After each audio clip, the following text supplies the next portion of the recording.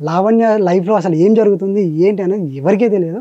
First వచ్చేసి రాజ్ తరుణ్ అన్నారు, దాని తర్వాత మస్తాన్ సాయి, దాని తర్వాత కిరణ్, దాని తర్వాత ఇలా చింటూ అని ఇలా చాలా చాలా పేర్లు వచ్చాయి. సో తర్వాత ఇప్పుడు మళ్ళీ రీసెంట్గా కెవిన్ అనే పేరు పడుతుంది. సో తను మన స్టూడియోలో ఉన్నారు. అసలు తను ఎలా పరిచయం ఏంటి అనేది అన్నీ అడిగి తెలుసుకుందాం. నమస్తే అండి, చెప్పండి మీరు ఏం చేస్తారు, అసలు తను మీకు ఎలా పరిచయం? నేను యాక్చువల్గా లా స్టూడెంట్ అండి ఇప్పుడు. ఓకే. సో తను ఎట్లా పరిచయం అనేది బేసిక్లీ నాకు అప్రాక్సిమేట్లీ సెప్టెంబర్ ఆ టైంలో పరిచయం. తను సెప్టెంబర్ 2024లో పరిచయం. ఓకే. సో నేను యాక్చువల్గా సిబిఐటీలో ఇంజనీరింగ్ చేశానండి. సో లా కాలేజ్లో టీసీ ఇవ్వాలన్నమాట. నేను ఇంజనీరింగ్ చేశాను కాబట్టి ఆ ఇంజనీరింగ్ టీసీ ఇవ్వడానికి నేను సిబిఐటీ కాలేజ్కి వెళ్ళాను. అంటే మర్చిపోయాను, ఆ టైంలో తీసుకోవడం మర్చిపోయాను. సో అయితే పోలీస్ స్టేషన్కి, నార్సింగి పోలీస్ స్టేషన్కి వెళ్ళి ఒక ఎఫ్ఐఆర్ తీసుకొని రమ్మన్నారు, అంటే లాస్ట్ డాక్యుమెంట్ అని చెప్పేసి. సో అందుకని నేను నార్సింగి పోలీస్ స్టేషన్కి వెళ్ళడం జరిగింది. అక్కడ లావణ్య నాకు పరిచయం అయింది, అంటే అక్కడ కనబడింది. సో నేను వేరే కేసు కోసం అని చెప్పేసి ఒక అడ్వకేట్ కాంటాక్ట్ డీటెయిల్స్ అడిగాను, కళ్యాణ్ దిలీప్ సుంకర గారి కాంటాక్ట్ డీటెయిల్స్ అడిగాను. అట్లాగా ఆమెతోటి ఫ్రెండ్షిప్ ఏర్పడింది. తను అక్కడ యాక్చువల్గా ఒక కంప్లైంట్ చేయడానికి వచ్చింది. ఇతను ఎవరు అంటే మన దాసరి విజ్ఞాన్. ఈ దాసరి విజ్ఞాన్ తన మీద కుక్కలతో కూడా సెక్స్ అని చెప్పేసి ఇట్లా కొన్ని వీడియోలు ఇవి అప్లోడ్ చేస్తున్నాడు అని చెప్పేసి తను నాకు చెప్పింది అనమాట. సో తను చేసిన వీడియోస్ అవన్నీ కూడా తన మీద ఒక కంప్లైంట్ ఇద్దామని చెప్పేసి వెళ్ళింది. 13 సెప్టెంబర్ చూస్తే మీకు complaint by Lavanya Raj Tarun against Dasari Vignan. అంటే నేను లా స్టూడెంట్ కాబట్టి నా హెల్ప్ అడిగింది, కొంచెం ఇది డ్రాఫ్ట్ చేస్తావా అని చెప్పేసి అడిగింది. ఆ కంప్లైంట్ లెటర్ నేను డ్రాఫ్ట్ చేసి ఇవ్వడం జరిగింది. ఇది కంప్లైంట్ లెటర్ డ్రాఫ్ట్ చేసి ఇవ్వడం జరిగింది. సో అట్లా పరిచయం అయింది ఫ్రెండ్షిప్. ఎన్ని మంత్స్ వరకు పరిచయం అనేది కంటిన్యూ అయింది? అదే ఇప్పుడు సెప్టెంబర్ 2024 నుంచి పరిచయం. ఇప్పుడు మార్చిలో ఉన్నాం కదా. అంటే మీరు ఇద్దరు కలిసి ఇక్కడ టూర్స్ లాంటివి ఏమైనా వేసిరా ఆ టైంలో కలిసినప్పుడు?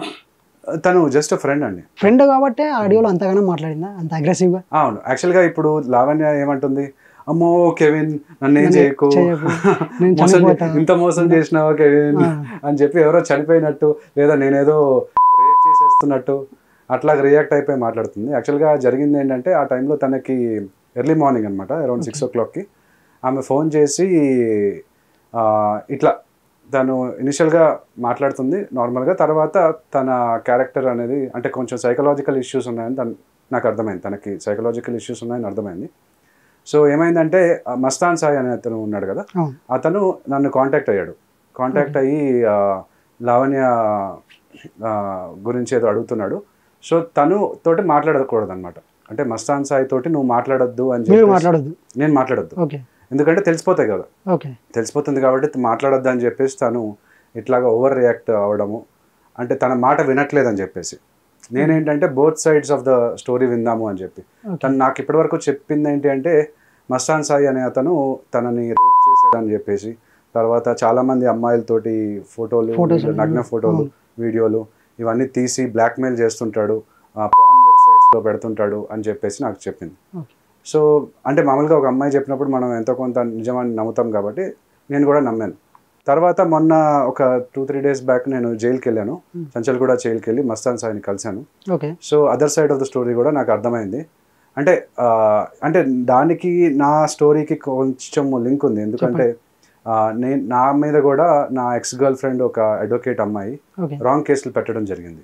ఆ అమ్మాయి కూడా ఇట్లాగా నేను చాలామంది అమ్మాయిలతోటి వీడియోలు చేసేసానని చెప్పేసి ఒక రాంగ్ అక్యూజేషన్ చేసి మార్ఫ్ చేశానని చెప్పేసి ఆ అమ్మాయి ఒక ఎఫ్ఐఆర్ వేసేసింది. ఆ ఎఫ్ఐఆర్ ఇది యాక్చువల్గా దాని గురించి చిక్కడపల్లి పోలీస్ స్టేషన్లో ఇట్లా ఎఫ్ఐఆర్ వేసేసింది నా పైన. అంటే ఈ అమ్మాయి ఎట్లా పరిచయం? దాంట్లో కూడా ఏమైనా లావణ్య హ్యాండ్ ఉందంటారా? లావణ్య హ్యాండ్ లేదు. యాక్చువల్గా లావణ్యకి ఏంటంటే అందరినీ ఇచ్చేసేస్తుంటుంది. ఆ రోజు కూడా ఒక ఫోన్ కాల్లో ఆ అమ్మాయి, నా ఎక్స్ గర్ల్ ఫ్రెండ్ పేరు శ్రావ్య అనమాట, ఆ శ్రావ్యని లాగేస్తుంది కాన్ఫరెన్స్ కాల్లో. నేను అడుగుతాను, శ్రావ్య ఫోన్ చేస్తే నువ్వు ఎత్తవా అని అడుగుతాను ఆ క్వశ్చన్. ఆ అమ్మాయి శ్రావ్యాని తీసేసుకుంటుంది కాన్ఫరెన్స్ కాల్లోకి, తీసేసుకొని అంటే ఆ అమ్మాయి ఎత్తలేదు, లక్కీగా ఆ టైంకి ఎత్తలేదు. కానీ తను ఆ టైప్ అనమాట, ఇట్లాగా ఎగెయిన్స్ట్గా అంటే ఇద్దరు మనుషుల్లో చిచ్చు పెట్టడం అనే టైప్లో ఉంది ఆ అమ్మాయి. నాకేమో మస్తాన్ సాయి గురించి నెగిటివ్గా చెప్పడము, మస్తాన్ సాయికి ఏమో నా గురించి నెగిటివ్గా చెప్పడం. నాదేదో ఒకటి ఫోన్ కాల్ రికార్డ్ చేసింది తను. అంటే తను ఇలాంటి అమ్మాయి అని తెలిసే నేను ముందుగా తను ఆ క్యారెక్టర్ ఏదైతే వాయిస్ చేంజ్ అయిపోతుందో అప్పుడే నేను ఇంకా సరే రికార్డ్ చేయాలి, ఇది మనకి ఎందుకైనా మంచిది, రేపొద్దున రేప్ కేసులు కానీ ఇలాంటివి ఏమైనా పెట్టే అవకాశం ఉంది. కొంతమంది అమ్మాయిలు ఇలా ఉన్నారు, అబ్బాయిల మీద రాంగ్ కేసులు పెట్టడం. మొన్న మనం చూసాం అతుల్ సుభాష్ మీద బెంగళూరులో అతను మీద 498 కేసు పెట్టడం కానీ చాలా కేసులు పెడుతున్నారు అమ్మాయిలు. అంటే లాస్ట్ 50 years వరకు పేట్రియార్కల్ సొసైటీలో ఉండి అబ్బాయిలు అమ్మాయిలు తొక్కేస్తున్నారు అని చెప్పేసి ఇప్పుడు అమ్మాయిలు కూడా అబ్బాయిలను తొక్కేద్దాం అన్నట్టు ఉన్నారు. మా ఛాన్స్ వచ్చింది, మేము తొక్కేస్తాం అన్నట్టు ఉన్నారు. ఇప్పుడు మీ పరిచయం ఎప్పుడు అన్నారు? లాస్ట్ ఇయర్ సెప్టెంబర్ 2024లో. సెప్టెంబర్ అంటే ఇప్పుడు దాదాపు ఒక 6-7 months. ఈ 6-7 monthsలోనే తను ఎంత ఆ వీడియో ఆడియో అంటే ఎట్లా అనిపిస్తుంది అంటే తను ఏడుస్తున్నట్లేదు, మీరే ఏడిపించినట్టు ఉన్నది. అంటే తనకు తెలియకుండా మీరు ఏదో అసలు వీడియోస్ అంటే ఎట్లా గుర్తొస్తుంటే ఫస్ట్ తన ప్రైవేట్ వీడియోస్ తీసినట్టుగా వస్తుంది. అసలు అదేనా లేకుంటే వీడియో ఏం లేదండి, వీడియో నా వీడియో ఎందుకు తీసేవి, డిలీట్ చేసేవి. ఎట్లా అంటే చాలా మాట్లాడేస్తుంది, ఏదైనా చేస్తే దయచేసి అది తీసేసేయి, నా జీవితం నాశనం చేయకు అని చెప్పేసి. ఎంత మోసం చేసినావు, 6 months లా మీకు అంత అసలు అంత రిలేషన్షిప్ బాండింగ్ ఎట్లా ఏర్పడింది మీకు? రిలేషన్షిప్ అంటే జస్ట్ ఫ్రెండ్షిప్ వరకే. నేను అమ్మాయిని హెల్ప్ చేద్దామని బేసిక్లీ అడుగుతుంటాను కూడా. ఆ కాల్లో మీ ఫాదర్ మదర్ ఉన్నారా, మీ తమ్ముడు ఉన్నాడా, నేను ఒకసారి మాట్లాడతాను అంటే సైకాలజిస్ట్ దగ్గరికి తీసుకెళ్దాము, కాస్త థెరపీ ఇప్పిద్దాము, కౌన్సిలింగ్ ఇప్పిద్దామని చెప్పేసి నేను ఒక ఫ్రెండ్గా ఒక వెల్ విషర్గా తనకి హెల్ప్ చేద్దామని నేను చూస్తున్నాను. అయితే అక్కడ తను ఏం వీడియో గురించి మాట్లాడుతుందంటే తను మా ఇంటికి వచ్చింది. నేను యాక్చువల్గా షార్ట్ ఫిల్మ్ ఒకటి చేద్దామని అనుకుంటున్నాను, అంటే ఫీచర్ ఫిల్మ్. నేను యాక్చువల్గా ఒక మూవీ ప్రొడ్యూసర్ అండి. ఇంతకుముందు 2019లో ఒక మూవీ చేశాను, కాదల్ అనే మూవీ. తమిళ టైటిల్, తెలుగు మూవీ అది. విశ్వాంత్ దుద్దుంపుడి, చిత్రా శుక్ల హీరోయిన్స్. నేను సిబిఐటిలో చదువుకున్న ఫ్రెండ్ సునీల్ అనే అతని స్కూల్ ఫ్రెండ్ కళ్యాణ్జీ గోగన్ అనే అతను డైరెక్టర్ అనమాట. ఆ డైరెక్టరు ఇక్కడికి వచ్చి మనకి ఆ డైరెక్టర్ ద్వారా ఒక 3 ప్రొడ్యూసర్స్ పరిచయం అయ్యారు. వాళ్ళ పేర్లు వల్లి చైతన్య, కాసిం వలి, హర్ష గద్దం శెట్టి. ఇలా 3 ఒక 50% ఆఫ్ ద షూటింగ్ ఫినిష్ అయిపోయింది. నన్ను అప్రోచ్ అయ్యారు. 50% ఆఫ్ ద షూటింగ్ ఫినిష్ అయిన తర్వాత అప్రోచ్ అయ్యి నన్ను ఇట్లాగా మూవీలో ఇన్వెస్ట్ చేస్తావని అడిగారు. అంటే నాకు కూడా సినిమాలు ఇంట్రెస్ట్ అనమాట. సో అయితే నేను ఆ టైంలో డెలాయిట్లో వర్క్ చేస్తున్నాను. ఒక 30 lakhs పర్సనల్ లోన్ తీసుకొని ఇన్వెస్ట్ చేయడం జరిగింది. ఇన్వెస్ట్ చేసిన తర్వాత ఆ మూవీని కొంతవరకు షూటింగ్ తీసుకెళ్ళి మళ్ళీ బడ్జెట్ ఇష్యూస్ వల్ల ఆగిపోయినాయి అని చెప్పేసి నన్ను మళ్ళీ డబ్బులు పెట్టమని అడిగారు. అయితే నేను మిడిల్ క్లాస్ ఫ్యామిలీ నుంచి అండి. మా father central government employee, mother house wife.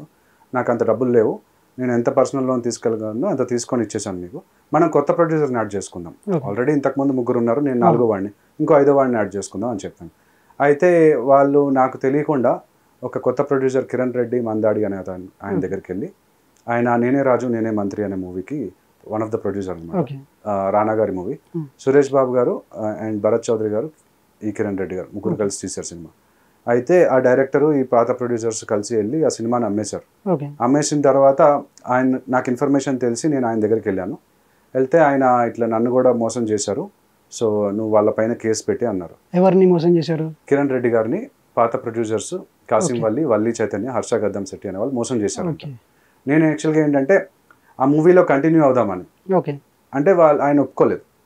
So case పెట్టమన్నారు. 2021లో క్రిమినల్ కేసు పెట్టాను, 2022లో సివిల్ కేసు పెట్టాను, మనీ రికవరీ కేసు. ఆ సివిల్ కేసు పట్టుకొని నేను మా ఎక్స్ గర్ల్ ఫ్రెండ్ శ్రావ్య, అమ్మాయి పేరు అడ్వకేట్ శ్రావ్య, ఆ అమ్మాయి దగ్గరికి వెళ్ళాను. అట్లా మేమిద్దరము ఫ్రెండ్షిప్ ఏర్పడి తర్వాత మేమిద్దరం కొచ్చి వెళ్ళాము కేరళకి. శ్రావ్య నేను. అంటే ఆమె ఏదో డివోర్స్ కేసు పని మీద వెళ్తూ నన్ను కూడా పిలిచింది. సరే నేను కూడా వెళ్ళాను. మామూలుగా అమ్మాయిలు పిలిచినప్పుడు అబ్బాయిలు వెళ్తుంటాం కదా, ఆపర్చునిటీ వచ్చింది. సో అట్లా వెళ్ళడం జరిగింది. అయితే అక్కడ నాతో డబ్బులు ఖర్చు పెట్టించుకుంది, ఒక 1 lakh. ప్రొఫెషనల్ శ్రావ్య అనే అమ్మాయి. అయితే ఈ ప్రొఫెషనల్ ఫీజు కింద నేను ఖర్చు పెట్టాను, ఇది పర్సనల్గా కాదు. ప్రొఫెషనల్ ఫీజు ఏదైతే మూవీ కేసుకి ఇవ్వాలో దాని కింద ఖర్చు పెట్టాను. అది కూడా మా మదర్ ప్రాపర్టీ మనీ ఇన్వాల్వ్ అయింది యాక్చువల్ దాంట్లో. సో మన సినిమా డబ్బులు ఆల్రెడీ 30 lakhs అక్కడ ఆగిపోయినాయి. సో అందుకని మళ్ళీ మా మదర్ ప్రాపర్టీ అమ్మి ఆ డబ్బులతోటి కొంత అప్పు తీర్చి మళ్ళీ నేను ఈ అమ్మాయికి ప్రొఫెషనల్ ఫీజు కానీ ఇచ్చాను. ప్లస్ ఈ అమ్మాయి కూడా నన్ను పెళ్లి చేసుకుంటానని చెప్పింది, శ్రావ్య అని. సరే అనుకున్నాను, అడ్వకేట్, నేనేమో సాఫ్ట్వేర్ ఎంప్లాయీ అని చెప్పేసి అనుకోండి. మళ్ళీ ఇక్కడికి వచ్చిన తర్వాత ఆ అమ్మాయి వైశ్య కమ్యూనిటీకి సంబంధించిన అమ్మాయి, నేనేమో క్రిస్టియన్, ఓసీ క్రిస్టియన్. సో అయితే మళ్ళీ మనది ఇద్దరిది రిలీజియన్స్ వేరు, ఒప్పుకోరు అన్నట్టు చెప్పి నాకు మా కమ్యూనిటీలో వైశ్య కమ్యూనిటీలో ఒక సైంటిస్ట్ దొరికాడు అని చెప్పేసి ఆ అమ్మాయి బ్రేకప్ చేసుకుందాం అన్నట్టు చెప్పింది. సరే ఓకే, నో ప్రాబ్లం, కానీ ఏదైతే నేను నీకు ప్రొఫెషనల్ ఫీజు ఇచ్చానో ఆ డబ్బులు నాకు రిటర్న్ ఇచ్చాయని అడిగాను. అడిగినందుకు నా పైన ఈ ఎఫ్ఐఆర్ అనేది చేసింది చిక్కడపల్లి పోలీస్ స్టేషన్. డబ్బులు అడిగినందుకు. అంటే నేను అడగడానికి రీజన్ అది. మామూలుగా మనం అమ్మాయిలతోటి ఇట్లా డేట్కి వెళ్ళినా ఇవేమి పెద్దగా పట్టించుకోం, 1000 రూపాయలు లేదా 5000 10,000 అవుతుంది, అది పట్టించుకోం. కానీ ఇక్కడ జరిగింది ఏంటంటే ప్రొఫెషనల్ ఫీజు అని నేను ఇచ్చాను, నువ్వు అట్లా మోసం చేయకూడదు అని చెప్పేసి నేను అన్నందుకు ఆ అమ్మాయి నా పైన ఎఫ్ఐఆర్ వేసేసింది. చిక్కడపల్లి పోలీస్ స్టేషన్లో ఇది ఎఫ్ఐఆర్ పెట్టింది అనమాట. సో నేను ఇమీడియట్గా అంటే ఎఫ్ఐఆర్ పెట్టడం కూడా అక్కడ జరిగింది ఏంటంటే కొన్ని ఇష్యూస్ ఉన్నాయి దీంట్లో మధ్యలో. ఆ అమ్మాయి మన లావణ్య లాగానే, లావణ్య ఏం చేసింది, మస్తాన్ సాయి హార్డ్ డిస్క్లో 800 మంది అమ్మాయిలు ఉన్నారు, వీడియోస్ ఉన్నాయి అని చెప్పేసి అని చెప్పి దొంగతనం చేసేసింది బేసిక్లీ. అది తప్పు యాక్చువల్గా. ఆమె ఏమనుకుంటుంది, ఆ వీడియోలు తీసుకెళ్ళి అతన్ని ఒక విలన్ లాగా చూపించి అక్కడ పోలీస్ స్టేషన్కి వెళ్ళి కమిషనర్కి ఇచ్చేసింది. వాళ్ళు చూస్తే దాంట్లో 6 అమ్మాయిలు మాత్రమే ఉన్నారు. మేబీ అతను ఇప్పుడు 30 years ఉండొచ్చు, ఆ 30 yearsలో ఎంతోమంది మనం అమ్మాయిలు గర్ల్ ఫ్రెండ్స్ ఉండొచ్చు, అబ్బాయిలకి ఉంటారు అమ్మాయిలకి ఉంటారు. సో వాళ్ళ పిక్చర్స్ ఉండొచ్చు. ఆ పిక్చర్స్ని పట్టుకొని ఇట్లాగా రాంగ్గా, అంటే అమ్మాయిలకి కొంచెము అనుమానం బాగా ఎక్కువ ఉంటుంది కదా, సో అట్లాగా అనుమానంతో అట్లాగా అమ్మాయి ఏమో దొంగతనం చేసి హార్డ్ డిస్క్ ఇచ్చేయడం, ఇక్కడ నా ఎక్స్ గర్ల్ ఫ్రెండ్ ఏమో రాంగ్గా ఎఫ్ఐఆర్ రాసేయడము. వీళ్ళు చెప్పిందే గాస్పెల్ ట్రూత్ అన్నట్టు, అంటే వాళ్ళు చెప్పిందే ఇంకా నిజం, ఇంకా అది లేదు అన్నట్టు. వేరేది మనం అబ్బాయిలు మనం వెళ్ళి ఎఫ్ఐఆర్ వేద్దామంటే తీసుకోరు పోలీస్ స్టేషన్. సో నేను ఎఫ్ఐఆర్ ఫైల్ ఆమె చీటింగ్ కేసు, ఇప్పుడు ఫాల్స్ ప్రామిస్ ఆఫ్ మ్యారేజ్, అది చీటింగ్ కదా, ప్రొఫెషనల్గా చీట్ చేసింది, పర్సనల్గా కూడా చీట్ చేసింది. సో చీటింగ్ కేసు పెడదామంటే వాళ్ళు తీసుకోవట్లేదు. వాళ్ళు అంటారు, నువ్వు చీటింగ్ కేసు తీసుకుంటే ఆ అమ్మాయి నీ పైన రేప్ కేసు పెడుతుంది, రేప్ కేసు పెడితే నేను జైల్లో పెడతాము, జైల్లో పెట్టి అప్పుడు ఇన్వెస్టిగేషన్ స్టార్ట్ చేస్తామని నన్ను భయపెట్టిస్తున్నారు. సో అందుకని నేను యాక్చువల్గా లాస్ట్ ఇయర్ జూన్లో లా సెట్ ఎగ్జామ్ జరిగింది. ఆ లా సెట్ ఎగ్జామ్కి రాసుకొని మంచి ర్యాంక్ వచ్చింది, టాప్ 1%లో. నేను లా కాలేజ్లో జాయిన్ అయిపోయాను. సో అట్లాగా ఈ అమ్మాయి పరిచయం నాకు, లావణ్య. అండ్ ఆల్సో అదే ఇప్పుడు అక్కడ ఏమైందంటే అండి, గ్యాడ్జెట్స్ అనేవి, నా ల్యాప్టాప్స్ ఫోన్స్ అనేవి కూడా వీళ్ళు సీజ్ చేశారు. షీ టీమ్స్ పోలీస్ వాళ్ళు 8th January 2024 మా ఇంటికి వచ్చి ఇట్లా టేబుల్ మీద ఉన్న phones, laptops, girl friend ex girl friend రాసిన కంప్లైంట్ మేరకు పోలీస్ వాళ్ళు, షీ టీమ్స్ వాళ్ళు డోర్ నుంచి వచ్చి 4 టేబుల్ మీద ఉన్న గ్యాడ్జెట్స్ అన్ని సీజ్ చేశారు. మన శేఖర్ భాషా గారిది కూడా అట్లాగే మన సీజ్ చేశారంట, మళ్ళీ ఇచ్చేసారు. తను ఇన్ఫ్లుయెన్షియల్ కాబట్టి ఇచ్చేసారు, నేను అంత ఇన్ఫ్లుయెన్షియల్ కాదు కాబట్టి నాది ఇవ్వలేదు. సో ఇవ్వకపోయేసరికి నేను యాక్చువల్గా రిట్ పిటిషన్ వేసుకున్నాను హైకోర్టులో. అంటే దానికి ముందు ఏం జరిగిందంటే, ఈ గ్యాడ్జెట్ సీజ్ చేసిన తర్వాత, ఇది చూడండి 8th January, ఒకసారి చదవండి. ఇది మొన్న నేను చిక్కడపల్లి పోలీస్ స్టేషన్ ముందు నేను ధర్నా చేశాను, ప్రొటెస్ట్ చేశాను సైలెంట్గా. సో ఇదేమైందంటే basically January 8th she teams police వాళ్ళు సీజ్ చేసి చిక్కడపల్లి పోలీస్ వాళ్ళకి ఇచ్చేసారు. వాళ్ళేమో ఎఫ్ఐఆర్ ఫైల్ చేశారు. నా ఫోన్ తీసుకెళ్ళి ఆ అమ్మాయి శ్రావ్యకి ఇచ్చేసి, నీకేం కావాలో డిలీట్ చేసుకో అంటే మొత్తం వాట్సాప్, ఇన్స్టాగ్రామ్, SMS అన్ని డిలీట్ చేసేసి, అంటే రిలేషన్షిప్ ప్రూవ్ అవ్వకుండా డిలీట్ చేసేసి మళ్ళీ నా పైన ఎఫ్ఐఆర్ అనేది రిజిస్టర్ చేసింది. అంటే ఫాల్స్ కేసు.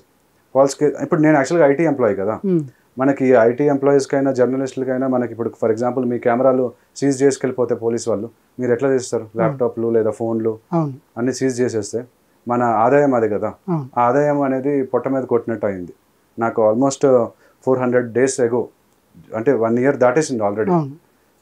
నా గ్యాడ్జెట్స్ నాకు రిటర్న్ ఇవ్వాలి అని చెప్పేసి నేను ఇట్లా ప్లకార్డ్ పట్టుకొని ప్రొటెస్ట్ చేస్తున్నాను.